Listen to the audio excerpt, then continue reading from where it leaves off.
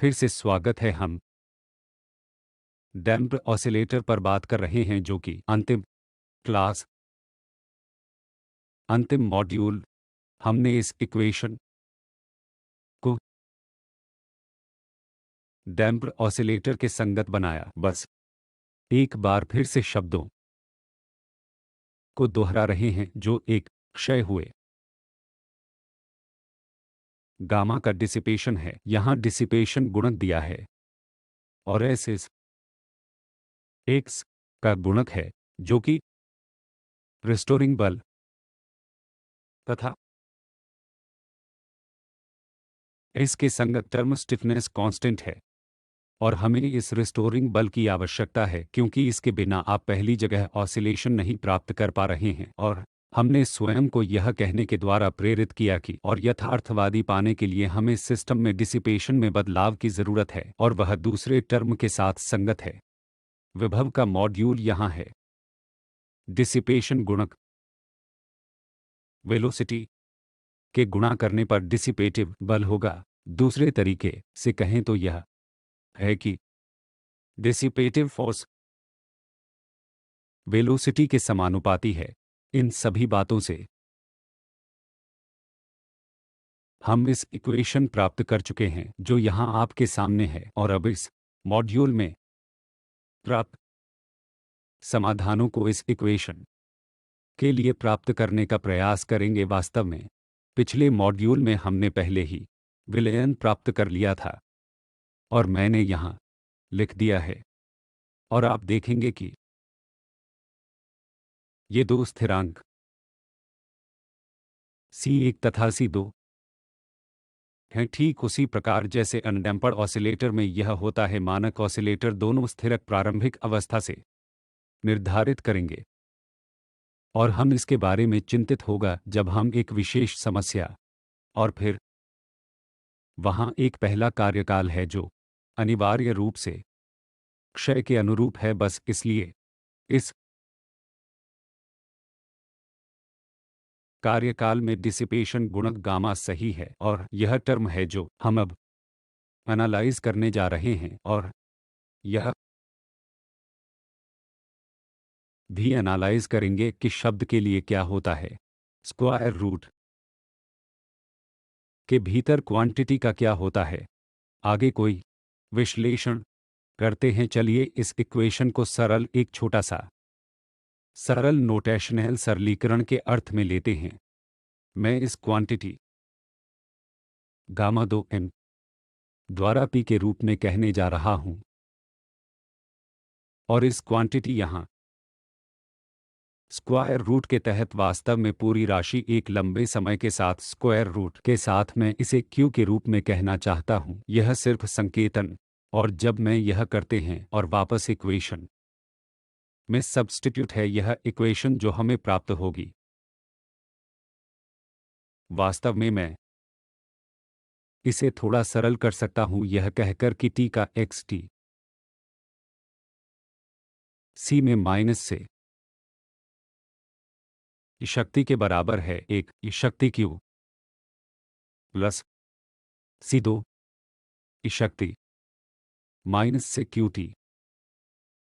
तो हम इस इक्वेशन के साथ काम करने जा रहे हैं और विशेष रूप से हम के बारे में सोचने जा रहे हैं कि हमें इस क्वांटिटी q का इसके स्क्वायर रूट के नीचे के कारण जानना होगा कि विभिन्न संभावित गतिकीय व्यवहार क्या है जो है डैम्प्ड ऑसिलेटर q की विभिन्न संभावनाओं के लिए विस्थापित कर सकता है।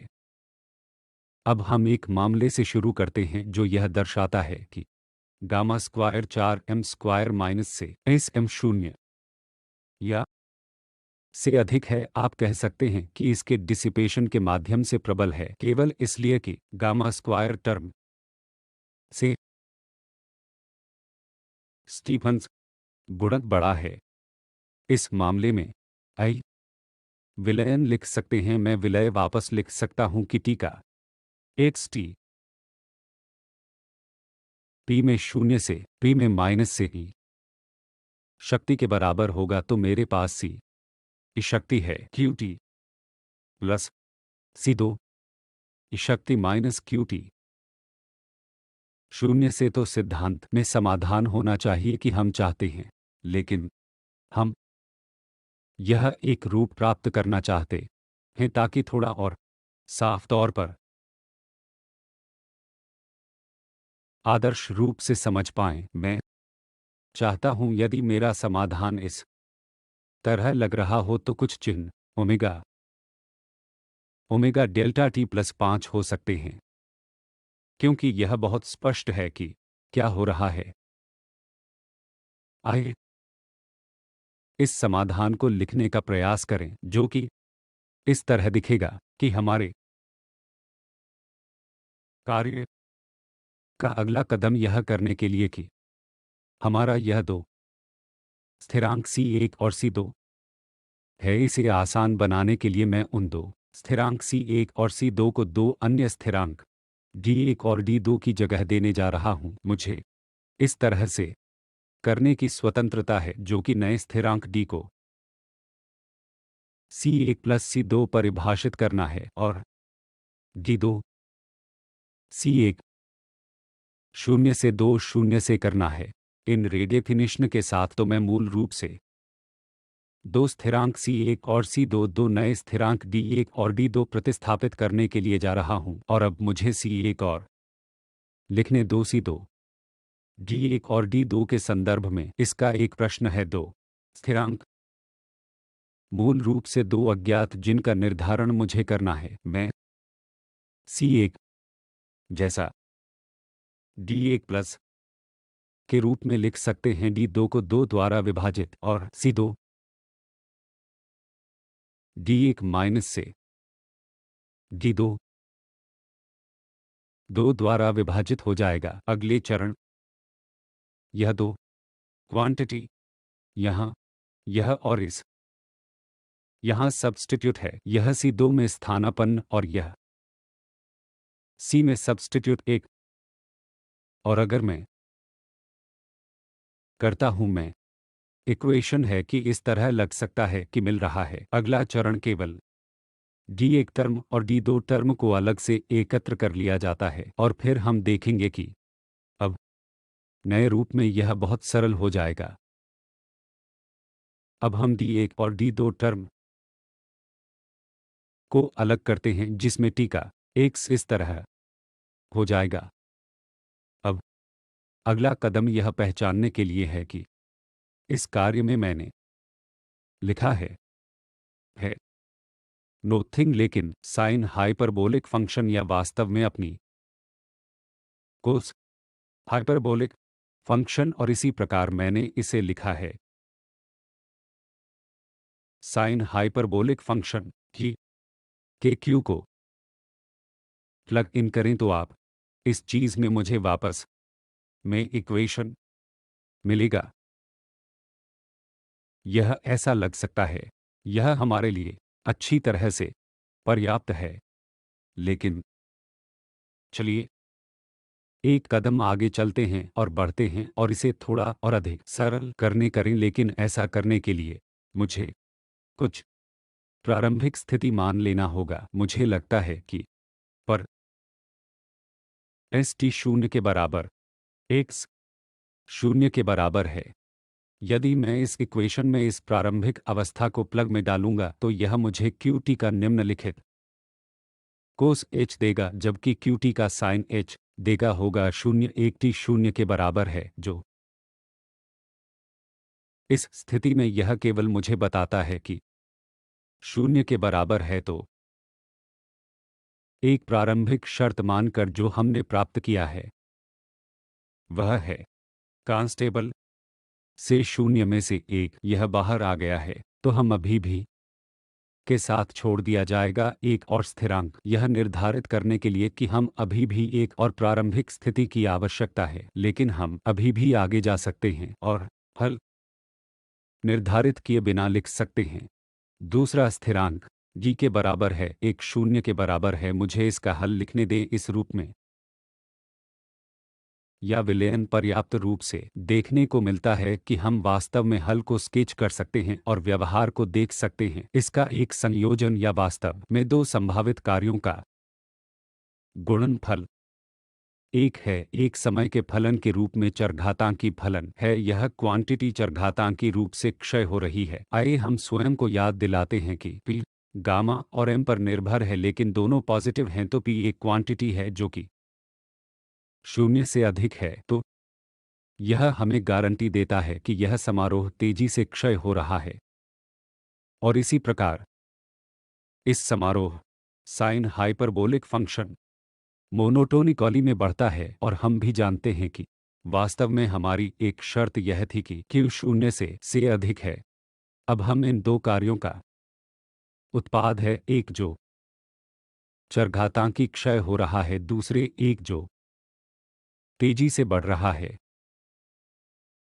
और जब मैं स्केच इन दोनों फंक्शन के उत्पाद की कोशिश करता हूं, मुझे डंप सिस्टम के लिए विस्थापन प्राप्त होगा, और यह कुछ ऐसा दिख सकता है।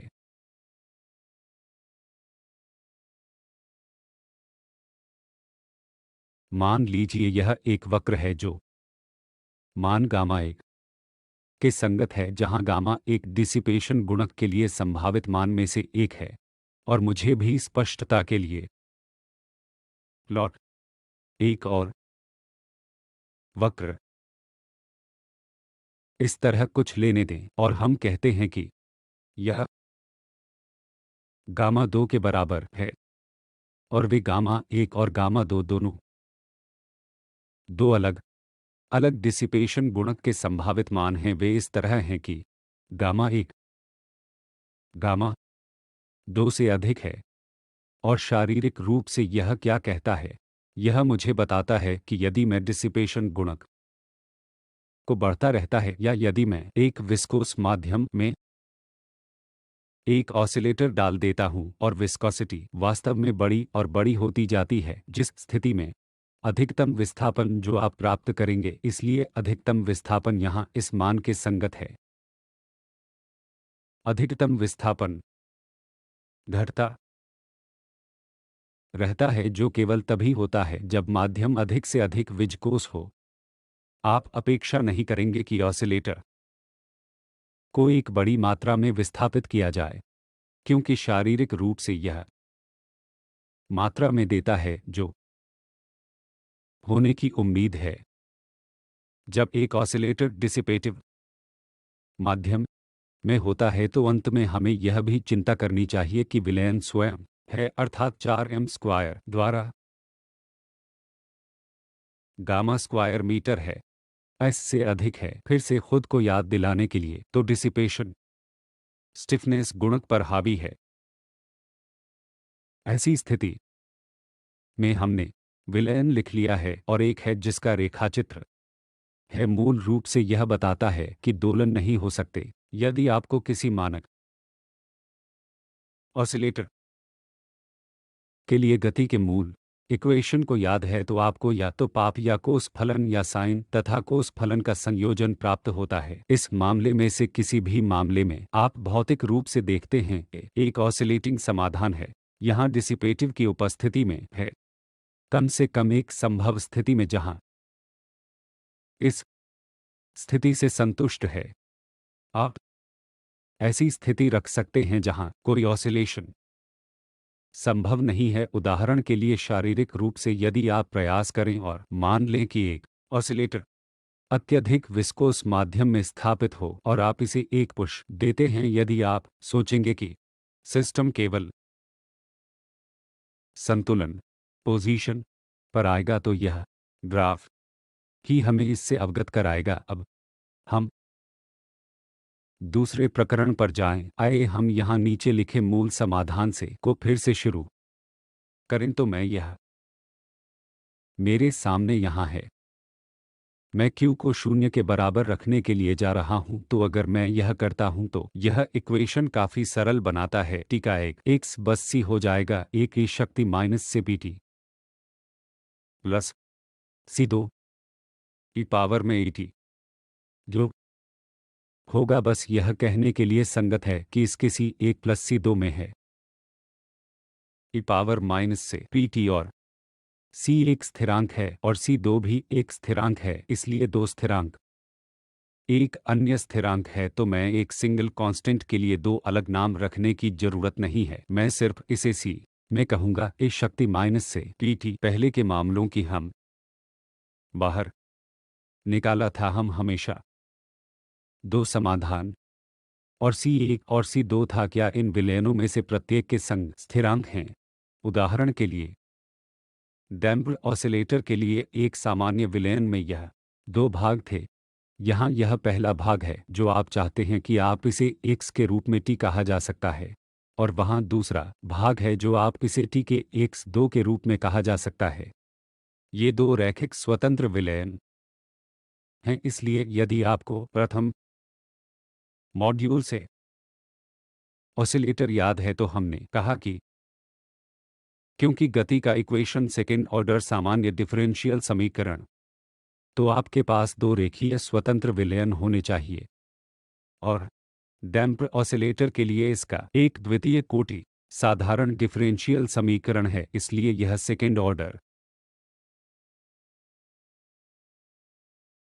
डिफरेंशियल इक्वेशन है।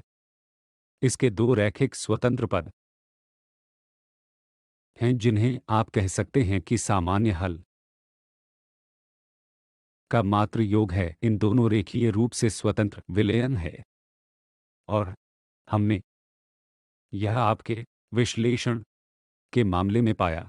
चलिए कहते हैं कि पहली स्थिति के लिए Q का मामला कॉरस्पॉन्डिंग 0 से अधिक है। यहाँ फिर से हमारे पास विलयनों के रूप में दो अलग अलग रैखिक स्वतंत्र संयोजन था, और इसकी एक विशेष प्रारंभिक स्थिति है जो एक विशेष समाधान के लिए हमारी पसंद है, जो अगर अब आप देखें तो हमने जो किया है, हमें केवल एक ही समाधान मिला है, जबकि फिर भी हम सेकेंड ऑर्डर डिफरेंशियल समीकरण के समाधान को अभी भी देख रहे हैं। आदर्श रूप से सेकेंड का भी समाधान होना चाहिए। पहले मैं इसे x1 के रूप में कहकर प्रारंभ करता हूं तो से विभेदी समीकरण से हैं यहाँ दिए गए एक विलयन को प्राप्त करने के लिए प्राप्त करने के तरीके हैं। मैं पहले से ही कोई एक समाधान है जो आपके सामने है यहाँ c इंटू ई में pt माइनस से, और इस का उपयोग करने में मैं दूसरा समाधान पा सकता हूँ जो कि यह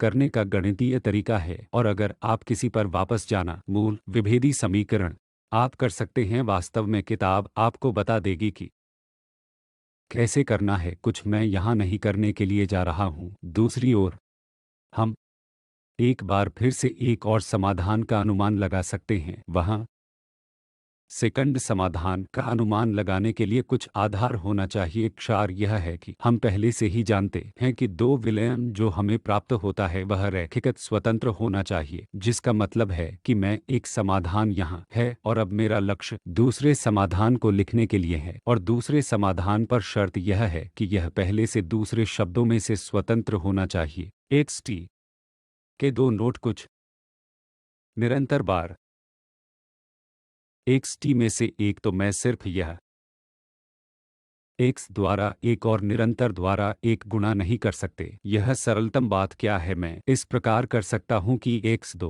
रैखिक रूप से x1 से स्वतंत्र होगा। यह सरल बात मैं बस t से गुणा करके सकता हूं, बस x1 t को t द्वारा गुणा करूं तो अगर मैं करता हूं तो यह मिलता है, लेकिन सामान्य रूप से मैं यहां अलग स्थिरांक में डाल सकता हूं और मैं इसे d कहूंगा। अब मैं नीचे t का सामान्य हल लिख सकता हूं x t plus x t का एक है जो c होगा c p t plus D T में माइनस से e पावर पी टी होगा c प्लस में डी टी पावर माइनस से पी टी। मेरे पास मेरे समाधान है, और वास्तव में आप वापस जा सकते हैं और दूसरे समाधान जो हमारा मूल रूप से अनुमान है उसे सत्यापित कर सकते हैं कि हम सरलतम परिवर्तन का सरलतम रूप से करेंगे या को सरलतम सरलतम कार्य t के लिए x1 और दूसरा हल बनाने के लिए जो मैंने किया है। लेकिन आप हमेशा इस वापस इक्वेशन में सब्स्टिट्यूट कर सकते हैं और यह वास्तव में एक संभावित समाधान है, इसे सत्यापित कर सकते हैं। मैं आपसे अनुरोध करता हूं कि आप स्वयं करें और मैं यहाँ पर और समय नहीं बिताऊंगा क्योंकि मेरा पूरा समाधान हो गया है और अब मेरे पास दो अज्ञात हैं जो c और d हैं, जिनमें से दोनों स्थिरांक हैं जिनका निर्धारण आरंभिक परिस्थितियों से करना है। और फिर यह पहले से ही कह रहे हैं कि यदि आप विलयन द्वितीय कोटि के साथ व्यवहार कर रहे हैं तो साधारण विभेदी समीकरणों में दो स्थिरांक होने चाहिए जिन्हें प्रारंभिक अवस्था से निर्धारित करना होगा। अब को समझने के लिए क्या हो रहा है, आइए अब इस समाधान को पुनः स्केच करें। और यह स्केच करने का इतना सरल समाधान है क्योंकि t पर निर्भर इन दो शब्दों से आता है यह और यह, उनमें से एक तेजी से क्षय हो रहा है और यह दूसरा जोड़ी है केवल रैखिक रूप से बढ़ रहा है। साफ तौर पर यह संभालने में कुछ सरल है, इसलिए बार के फलन के रूप में विस्थापन इस तरह दिख सकता है और आप भी निर्धारित कर सकते हैं कि किस समय पर विस्थापन अधिकतम है और हम इसे t अधिकतम कहते हैं। और मैं आपसे ऐसा करने के लिए आग्रह करता हूं कि t अधिकतम वो गामा के बराबर है और t अधिकतम के मान का उपयोग करके आप यह भी पता लगा सकते हैं कि सबसे बड़े विस्थापन का मान क्या है जो इस मान के अनुरूप होगा। और अगर आप इसे x अधिकतम कहते हैं आप उस मान के साथ और फिर से मिल सकते हैं। मैं इसे आपके लिए एक अभ्यास के रूप में x मैक्स का मान निर्धारित करने के लिए छोड़ सकते हैं। यह सब आप कर सकते हैं कि इस बिंदु पर dx d से 0 के बराबर है। तो फिर से यह दूसरा मामला है जो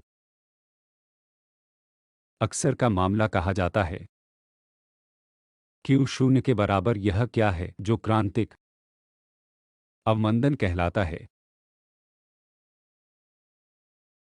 इस मामले में फिर से कोई ऑसिलेशन नहीं होता। तो हमने पहले ही का एक प्रकरण देखा जो Q से अधिक था तब 0, उस स्थिति में कोई दोलन नहीं था।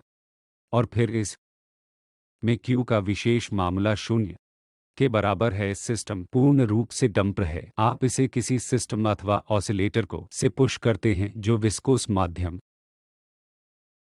के भीतर है। ऑसिलेटर केवल दोलन दर्शाए बिना साम्य पोजीशन में आ जाएगा। अब हम को 0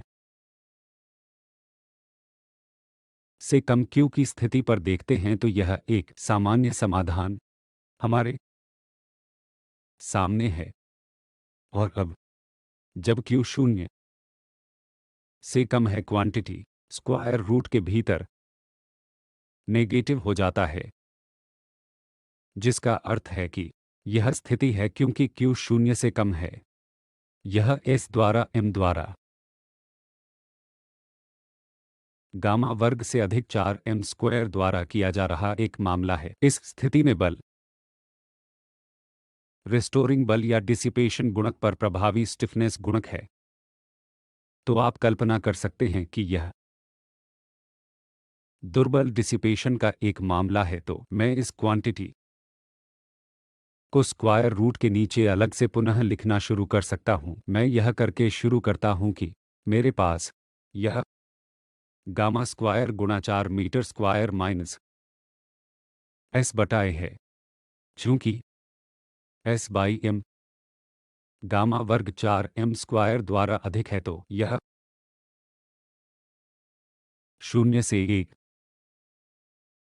0 से s द्वारा गामा स्क्वायर m स्क्वायर शक्ति के लिए स्क्वायर और 0 से 1 की रूट के बराबर है। निस्संदेह r i में m गामा स्क्वायर द्वारा 4m² द्वारा सभी पावर हाफ करने के लिए सभी चुकता m शून्य से स्क्वायर रूट के अनुरूप होगा। अब मैं यह वापस में प्लग होगा हमारे सामान्य इक्वेशन में, जिसमें मामले में इस एक्स टी की तरह कुछ मिल जाएगा। टी के की पावर पी टी माइनस से के बराबर है सी एक की शक्ति में। अब जब मैं समाधान यहाँ एकत्र किया, यह पिछले इक्वेशन, यह बहुत कुछ तो चरघातात्मक समाधान और पाठ्यक्रम में की तरह लग रहा है, और बेशक यहाँ आई है तो यह ऐसा करता है और हमें ऑस्किलेटरी समाधान प्रदान करता है, जिसमें मैं निम्नलिखित तरह से कर सकता हूँ। मैं इसे ऐसे कह सकता हूँ, मैं इसे अलग नाम से पुकारा जा सकता हूँ। मैंने इसे ओमेगा 1 कहा है। यह क्वांटिटी यह निश्चित रूप से हम कुछ करने की अनुमति देता है। अगर मैं यह करता हूं कि मैं इक्वेशन को थोड़ा सरल रूप में फिर से लिख सकता हूं, जिससे हम आसानी से समझ सकते हैं कि क्या हो रहा है। एक बार मैं प्लग इन के बाद मूल रूप से ओमेगा 1 संकेतन मिलेगा, तो यह परिवर्तन यह है जिससे मैं पाऊंगा। और एक तरह से सुसंगत होने के लिए मुझे यह भी कहना है कि ओमेगा शून्य m द्वारा s होगा, या ओमेगा शून्य स्क्वायर m और ओमेगा द्वारा होगा 1 स्क्वायर m से 4m से गामा स्क्वायर m होगा। यह स्पष्ट रूप से बताता है कि अनडैम्पर्ड ऑसिलेटर की एंगुलर फ्रीक्वेंसी ओमेगा शून्य है, जो ओमेगा 1 से अधिक है, जो डैम्प्ड ऑसिलेटर की एंगुलर फ्रीक्वेंसी है। अब यदि आगे के लिए मेरे पास यह दो स्थिरांक C1 और C2 है, और यह एक तकनीक है कि हम पहले भी उपयोग किया था, क्योंकि हमें चुनने की स्वतंत्रता है। मैं इस दो स्थिरांक C1 और C2 ले सकता हूं और दूसरे स्थिरांक को लागू कर सकता हूं। मुझे C1 C होने के लिए कॉल करने के लिए 2 में ई पावर से मैं 5 कहने दें, और मुझे C2 शून्य से 2 से अधिक C शून्य से अधिक C कॉल करने के लिए ई पावर i5 कहने दें। अब अगर मैं इस दो विकल्प है कि C1 और C2 के लिए इक्वेशन में वापस है, मैं एक छोटे से पुनर्व्यवस्थित के साथ निम्नलिखित प्राप्त करने के लिए जा रहा हूं। यह इस की तरह लग रहा होगा। यह आगे सरल C पावर में PT शक्ति माइनस से में हो सकता है। अब जब आप इस इक्वेशन को देखते हैं तो यह स्पष्ट रूप से कि स्क्वायर कोष्ठक के भीतर टर्म सरल साइन फंक्शन है। इसे साइन ओमेगा के रूप में लिखा जा सकता है, एक टी प्लस फाइ बस मूल त्रिकोणमिति से आता है। अब मैं आसानी से लिख सकता हूं समाधान विस्थापन के लिए C e power minus p t in sine omega 1t plus phi.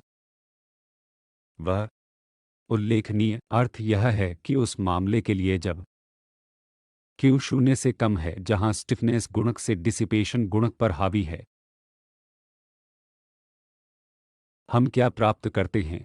एक शब्द जो है साइन टर्म ऑसिलेटरी फंक्शन है, जबकि यह इस शक्ति PT माइनस से एक चरघातांकी क्षय फलन है। अब यदि आप पर ध्यान दें कि मेरे पास है, तो इसमें दो स्थिरांक हैं, एक फाइ है और दूसरा स्थिरांक C है।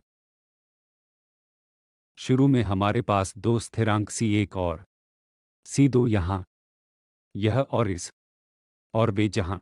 अब इस दो अन्य स्थिरांक जो C और phi oscillatory function sine omega जैसे कार्य से प्रतिस्थापित हैं। एक टी प्लस फाई द्वारा नियंत्रित किया जा रहा है घातांकी क्षय फलन जो पीटी शून्य से ई शक्ति है। आपको इस सिन समारोह की तरह कुछ पाने के लिए उम्मीद रखनी चाहिए। Sine function